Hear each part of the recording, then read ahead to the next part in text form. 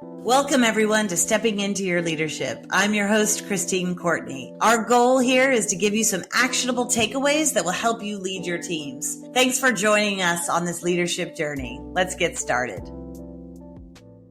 Hello, everybody. Welcome to Stepping Into Your Leadership. I'm your host, Christine Courtney, and I'm very excited today to bring you another powerhouse person in the studio, and that is my friend, my colleague of, I'd say, almost 20 years. She can correct me on this, but I know we look incredibly young. But Elaine Porcher is here. Yay, Elaine! Not only have Elaine and I worked together for a number of years at the leadership program, she is also a positive psychology coach, and she runs retreats, seminars, workshops. She's an incredible person to go into any environment and help you discern what it is that you need more of to bring out the best in yourself or in your team or in your friends or whoever you're hanging out with. And inevitably, when you're around Elaine or Elaine is in the office, we are laughing hysterically. So Elaine may laugh just as much as me. And so whether we're talking about her distaste of avocados or if we're talking about how much she loves food and wine and cocktails and, or how much she wants to help young people in some of the schools we work in. Anyway, it's a range of things you can talk to with Elaine. But today we're going to talk to her about two things that I think are her absolute starlights, and that is strengths and focusing on people's strengths to get a lot out of them, and also how that relates to growth mindset, which a lot of you I know have heard about. It's been talked about so much in the past decade. But Elaine's here because we've been doing a series, Elaine. I don't know if you know this, but we've been doing a series of different assessments because it's so popular, right? To use assessments, whether it's for work or for yourself personally, to get more of a sense of your own awareness of yourself and how you work with others, right? Increasing emotional intelligence and social intelligence. And so we've been going through a bunch of different assessments. And one of the ones that Elaine introduced to us and our company is a strengths-based assessment from Via Insights. And it's a character strengths assessment. And I'll let her talk about that in a minute, but we're going to talk about where that might be good for you to do as an individual or for you to bring in to your organizations to do, depending. And I have a couple of questions for her about that, and then how that relates to this whole idea of growth mindset and what people are seeing in terms of how powerful that can be for ourselves and our personal growth and also our workplaces. So welcome, Elaine Porcher. Thank you, Christine. Thank you so much. You're so sweet. I love that glowing introduction. And Christine, you and I have worked together for like 23 years. Can you believe that? It's just like unbelievable. Or maybe it's 22. Anyway, a long time. So yes, thank you. And I love talking about strengths, how our strengths support us in our everyday regular life, but also how our strengths support us in our work life. And I think it's a thing that's underestimated in the world on how our strengths really help us to feel great about what it is that we're doing and feel good about work and love the work that we do. So yeah, love talking about strengths. So maybe let's define it for people first, right? So what do we mean when you're talking about a strength? People always say in their, annual reviews that there's going to be a piece about your strengths and your weaknesses and your challenges or whatever you want to name it. How do you define a strength, let's say, in this case? Okay, so in this case, we're thinking of strengths as abilities or skills or talents. So some of the skills that we have, whether it's communication, building relationships, research even, some of the strengths that we have, some of the abilities that we have, we use these as part of our talent toolkit in a sense. So if I can kind of talk a little bit about the strengths that I love working with, is the VIA Institute has a set of 24 strengths that they have done research on and deemed that all humans possess all 24 strengths. And within these strengths, they're broken down into different categories like wisdom, courage, humanity, justice, temperance, and transcendence. But within that, there are like a whole bunch more strengths. So there's curiosity, creativity, bravery, zest, love, all of these lovely, lovely strengths. Well, we are using all of these strengths every day. However, some of us thrive in a few of these strengths. So we like to call them our top strengths. And in those top strengths, if we're using those strengths, we are our best selves. We are flourishing and our light is shining bright. So, for instance, the VIA Character Strengths study has an assessment, the VIA Institute's assessment that I've taken, and my top strengths are love, humor, and social intelligence. So there's no surprise that one of my top strengths is humor. Ha ha ha, because I tend to think that I'm funny, as do you. Anyway, but yeah, so that means when I'm using humor or I'm using love or I'm using social intelligence, I'm feeling great about myself. I'm feeling great about the world, and I'm able to make stronger connections, right? So that's me, like, everywhere. However, if I'm using that at work, in the work that I do, I am thriving. And also, the folks around me can see that I'm thriving in that strength. So then there's almost like a symbiotic relationship where the folks that see I thrive in that strength will then work with me in that strength. So you mentioned that in the office, when I'm talking and laughing, like we're all laughing together, right? This means that everyone in our office knows that one of my top strengths is humor. So they kind of feed into that, and then I feed off of that, and I'm able to use that in the work that I do. Right. I love that. You know, one of the researchers that I love, love, love, I have a research crush on many people, but one of them is Marcus Buckingham and Ashley Yes. Goodall. And they wrote a book called Nine Lies About Work, as well as developed Hmm. Gallup's. I think they worked with Gallup on their Strength Finders work. Yes. And one Yep. of the things I find interesting is the way that he defines it is that simply that a strength is an activity that strengthens you, and a weakness is an activity that weakens you, even if you're good at it. And that is what got me. I was like, what? Because I always Right. thought of a weakness as stuff that I kind of suck at. And turns out that there are things that even though I'm good at and people give to me because they think, oh, she could do Hmm. that, right? Why do I Right. feel tired and exhausted after doing it? Case in point, Hmm. I actually am a pretty good cook.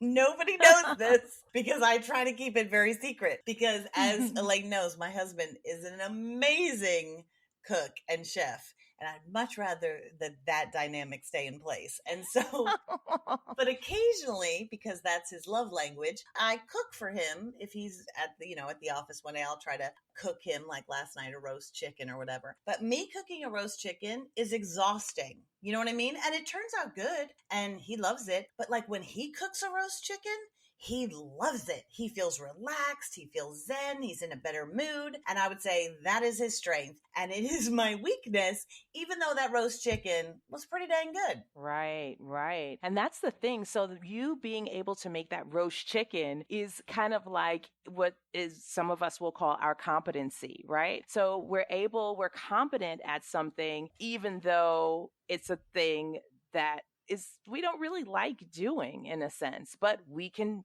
do it well. But you will thrive in another area that you really like doing. So like Philip's strength is cooking. So Philip lights up when he is cooking, right? But that's the thing. These competencies or these weaknesses can drain us. And over time, even though we can do these things well, you can cook well, but you're not, crazy about doing it. Over time, it kind of chips away at your happiness, and then you might one day make an excuse about not cooking. You don't want to cook, or you just now become really resentful about cooking. Yeah, I'm writing that down.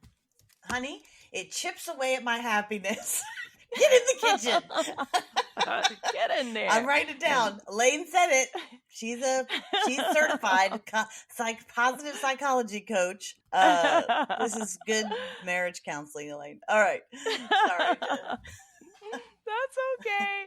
But yeah, it's true. And it's so funny how that works at work too. Like, so Gallup, speaking of Gallup, they did a study on folks that use their strengths every day. And they were able to uncover that people who use their strengths every day enjoyed a 12% greater productivity, right? So these are folks that they're happy in what it is that they're doing. So they're doing more of it. And the interesting thing, and I feel like Christine, you and I have talked about this before, when you give folks more of what they like doing at work, sometimes even if we're like overloaded and we think that we're super busy, like right now, I'm like crazy, crazy busy. But to talk about strengths, I'm like, I have time for that. Right? Yeah. Because that kind of feeds into more of who we are and what we want in life. So we're happier to do more of the things within our strengths. Yes, and just to pinpoint it, because I think what she's saying is so critical and it could just fly by, right, in what she's saying. So imagine this. She's super busy. Elaine and I work together, so this is a real situation, right? She's super busy at work, which, by the way, I love to hear, right? But she's super busy at work. And she's saying, me asking her to do this podcast, there's a bit of her that's like, oh, I'm so busy.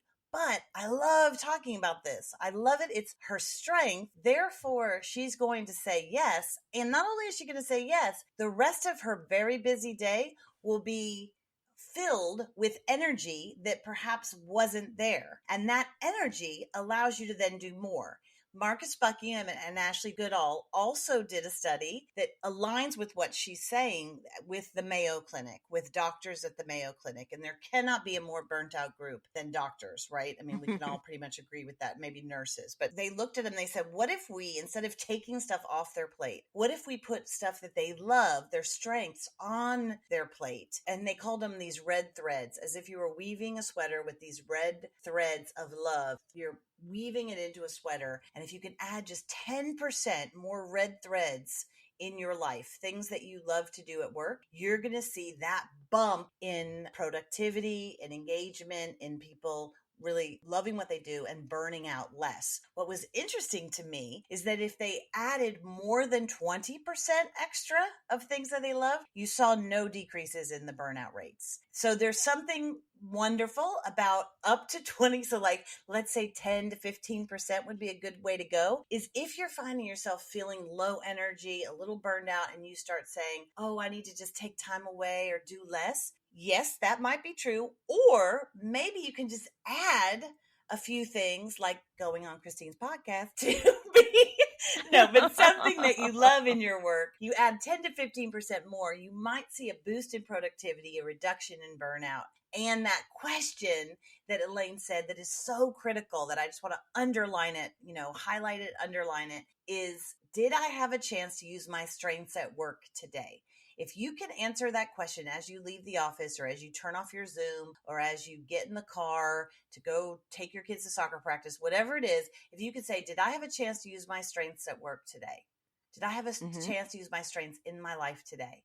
Chances are, if you could say yes to that, you're going to be a happier, healthier person, right? Without a doubt. And it's so funny that you say that, because there's another Gallup study that points to folks that use their strengths every day, asking them how likely were they to know what was expected of their work. And the folks that were able to say, yes, I use my strengths every day, were 5 times as more likely to say that they understood what was expected of them at work. And now what that means is, if I know what is expected of me at work, I'm happier. Again, we keep talking about this concept of like happiness, right? But we all know we all want to do the more of what we want to do. And if we're asking ourselves that question, am I using my strengths every day? And if the answer is yes, then I'm happier at work. I understand what is expected of me, and productivity is higher. Yeah, and not only that, there's something about the onus of taking responsibility for your own happiness and your own work satisfaction, and asking yourself that question. But even more importantly, for you bosses out there, and there's a lot of you, because I've been getting some notes from you about some thoughts, right? Mm-hmm. Can your employees answer that every day? And are you doing anything to even notice it or recognize it or ask them? And one of the things that we find is that sometimes it's really hard for people to know what their strengths are. Sometimes it's really hard for you as a boss to ask. Like, I feel like sometimes if I ask that maybe they think I don't know them or I don't recognize their strengths. And what was really helpful about Elaine coming to me and saying, hey, Christine, we did this survey through VIA Institute with my positive psychology course, and I'd really like to do it with the company. And I was like, okay, talk to me about it. She showed me her report. They give you a beautiful report, don't they? I mean, I think it's the most beautiful report of all the reports of assessments. They definitely win the double star in that category on the table. But she showed it to me and I was like, a company like ours would love this. Right? The assessment takes about how long, Elaine? Would you say 20 minutes to do online? Oh, not even that. It takes about a little more than 10 minutes, so maybe 12 minutes. Okay. There you go. 12 minutes. 15 minutes. If it takes you longer, blame Elaine. Okay. But basically, don't overthink it, right? Because these assessments, we sometimes try to beat it, even though there's no right or wrong answer. It's just who you are, right? Right. And if you want, it's free online. You can do it. And Elaine will give you more information about that. You can do it anyway. But what's great about doing it as a company or doing it with your staff and you doing it is that then as a supervisor, as a boss, you kind of get some insight into these folks. And then you can start the conversations of like, what parts of your job light you up? How can I give you a 10% more of that in your day?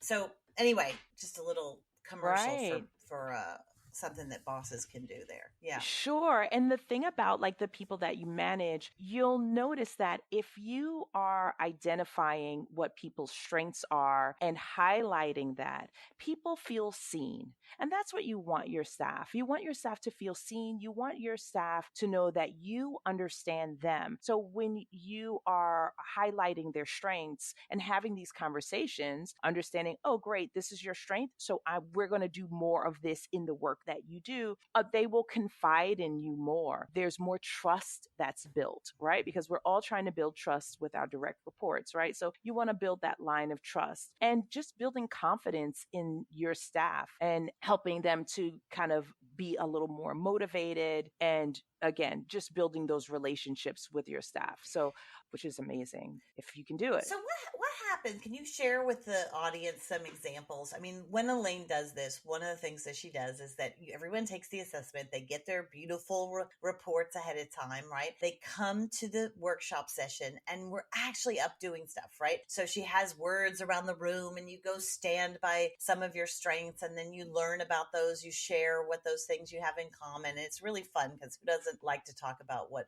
brings them energy and what they're good at. So it's all positive, right? It's all fun and positive. But what are some stories that you can remember of either when we did it or when other people did it where something happened, Okay. So I'm going to talk about my own story. Okay. And now to talk about the positive, I have to talk about the negative. Love it. When we do this activity and how this works is everyone in your company, or if, for instance, everyone in our company takes the assessment. I take the assessment. But what do we naturally do? Because of our negative bias, we look at our bottom strengths. So Christine and I have been talking about like our top strengths or our strengths, but what the assessment does is it ranks your strengths. So my top strengths are love, humor, and social intelligence. But what do? Is I go to the bottom and look at number 24. What is number 24 for me? It's self-regulation. And I'm like, oh my God, self-regulation. I'm overeating.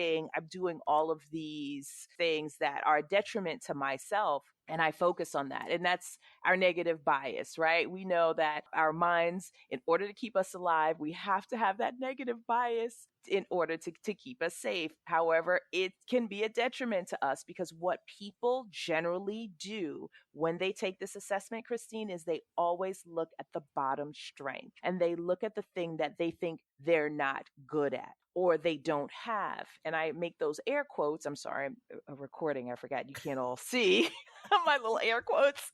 And the problem with that is focusing on the negative is it's harder for you to build up something that you are weaker in than something that you're stronger in, and then just disseminates your growth mindset. However, that thing that's seemingly negative is just a strength that you're not as strong in. So it's always important to kind of just take that with a grain of salt, the thing that's number 24. But the thing that is number 1, when I saw that I had humor, I was embarrassed. I was like, oh my God, how is humor my number 1 strength? What am I, a clown? I felt like Joe Pesci, a la Goodfellas.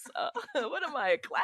But I'm funny and everybody knows I'm funny. So what I did is I leaned into that. And sometimes I can tend to go a little too far, with playing pranks and such. But I had to really kind of look at that. And in being able to take a step back, I was able to see, all right, humor is a strength of mine. I need to use it responsibly and wisely, right? Or very strategically. I've seen you Right. use humor in very difficult situations, like when we were getting into very deep conversations at work around the Black Lives Matter movement when that started and so forth, and it would get quite tense maybe, or we seemed a little stuck because it's such hard topics were coming up that Right. we were discussing. I found you use that humor of yours to kind of like bring some levity and lightness and love and social intelligence and all those other strengths to those conversations that where we were just kind of stuck in the muck, and it kind of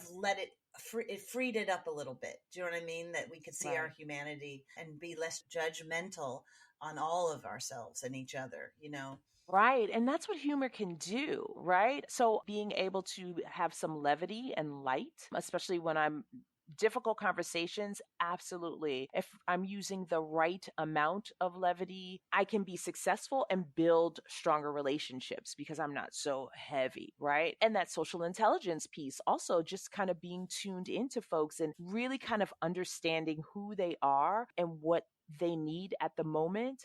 That's what makes me a good coach, is understanding people. So once you can kind of take a step back and look at your strengths and see what you're already doing, right? Because what I also heard from a lot of folks is they were like, I don't do that thing. And in talking to them, we were able to see that, all right, maybe you're not making jokes every single day, but like this, like you're using a little lightness in a conversation. That's humor. So really being able to see and take a step back and see, where am I utilizing these strengths? And are these times that I light up and I really shine when I'm doing that? You just made me think of a moment, Elaine, that you're probably going to cringe when I say this, but it's really my failure more than yours, but I'm going to bring it up.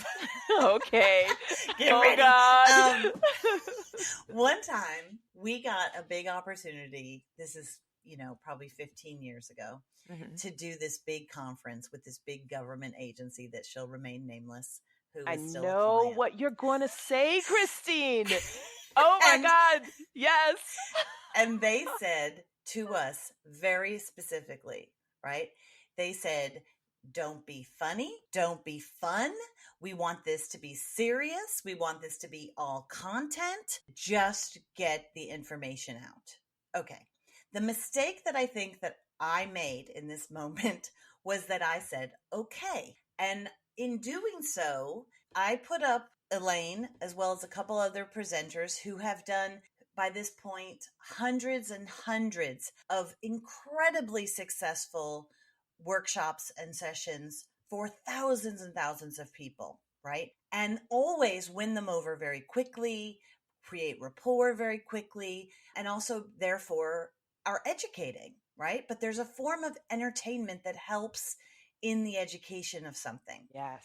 I said yes to this stupid plan because I thought, I want this work. I saw the money signs. I saw the possibility. And Elaine was like, okay, all right, okay. Grit her teeth. And they went up there and I saw them on the stage, and me, of course, she's fed to the sharks. I'm in the back, comfortably not up there on that stage. However, I'm watching her fail. Oh, yeah. Oh, yeah. Grandly and miserably, and I am cringing for her. I am just dying for her, because now every one of her strengths, humor, love, social intelligence. What was the other one? Oh, those are my top ones. Oh, those are the top three. Those ones stripped away from her, and it's as if she's naked in front of a room of people up there, not able to do anything that is her strength, right? Just in your worst possible parts of yourself, you've taken away all the good stuff. It was such an example. Yeah, it was cringeworthy, and we failed. Oh my God, I remember this story. It's so funny that you talked about this because I thought about this week, actually. It was so weird, totally not your fault at all. We all got that edict. And the thing about our organization is we're really social, right? And through facilitation, we facilitate with a lot of humor because we want it to be light. We want people to be entertained. We want them to have a great time and to receive information. Sometimes with a little levity, it kind of helps. So myself and the other facilitator, we were like undertakers. We had no movements. We just talked like this and we were robots. And as we looked out, I looked out into the... She's not exaggerating, okay? I literally talked like this and said, "So what do you think, partner?" And that person said, "I think this is swell." So it was crazy. Then we knew some of the participants. As I'm looking into the audience, I can see some of the participants like, like, what is this? There's no way that we could fight against it, but it's true. Like, once someone said, "You can't be yourself," my facilitator, who is a personality is a lot like mine, we were like, okay, that's what we heard. We can't be ourselves. And so we're like, then we're giving you the opposite. We could not regulate that. So imagine that. Someone tells you you can't be yourself, then who are you? You know, you're a Stepford person on stage talking like a robot. So yeah, a very, very interesting story that you brought up there. And so one of the things that I took away from that I try to remember now when I'm put in situations, and it just happened quite recently actually, where someone asked me not to do anything that was interactive with the group, just to give out chalk talk, as we say, just to like give out the content with no interaction, which I know goes against really the way people learn. And my goal in life is for us to all be lifelong learners of leadership, right? That it is not something you're just good at or not good at, but that we're constantly learning. And so what I have to do now when someone gives me that is to think, okay, how do I push back a little bit? And then really, how do I ask more questions of them to find out why are they saying this? So not to take it at face value, but to see where are your fears coming from? And what can I do to say, listen, I want to be able to ensure that I'm using my strengths for why you hired me in the first place. Right. Because they hired us because they like how we can engage an audience. But then they took away what we thought. We let them do it, but they took away why we're good at engaging. And there's probably a way to do both if we just go a little bit deeper. And so that's what I'm really trying to learn from that is how do I bring those strengths, but in a way that fits the need? Aha. And this is where we can enter growth mindset. So a good way to kind of lift, we can go back in time and look at that situation and say, okay, they don't want us to be engaging. They don't want us to be funny. That's one of my top skill sets. Either I can kind of go into my other skill sets, my top strengths, which are love and social intelligence, or I can try harder. I can put more effort into doing this actual act. So, what effort can I put into this task that I have to do that is going to take me to success? And the reason why I bring up growth mindset is when we're able to look at our skills or look at anything that it is that we'd like to accomplish, talents, and apply effort and persistence and hard work, we're able to then achieve these goals. So it's kind of like looking at it a little differently.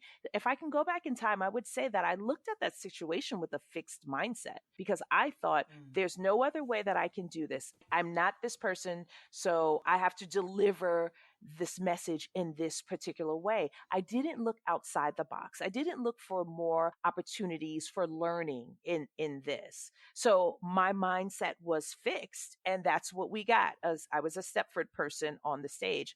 However, if I put more effort into this activity and thought about this a little bit more, saw as we're going, I'm failing, but that's okay. The growth mindset knows that failure is a thing that happens. We don't want to fail, but as I see I'm failing, I then put more effort into this activity in order to be successful.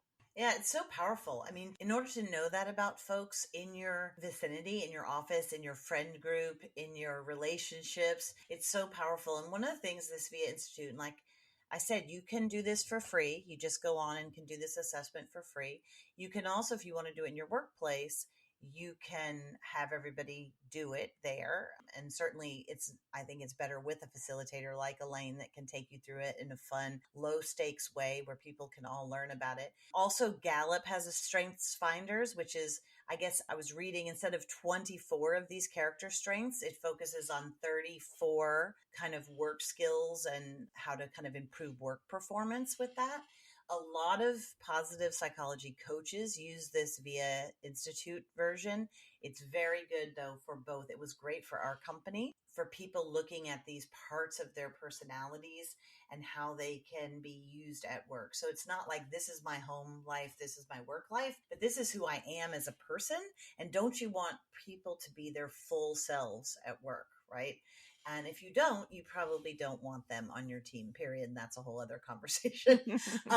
We have had people, just as a caveat, we have had some companies that don't want to do this assessment because there are some conversations about spirituality. And if you're not comfortable as an organization talking about that, sometimes this can be a difficult one because that is off the table altogether. It's not religious by any means, but it does talk about spirituality as one of the strengths. And some companies have been uncomfortable with that. However, if you embrace that, this is a great one for you. We even had some churches and some groups like that that have embraced this one tremendously, but it's not a religious tool at all. It really talks about 24 strengths. One of the things we did notice that we probably shouldn't have listening to you is we all do go to that last page where we see what's the bottom number, right?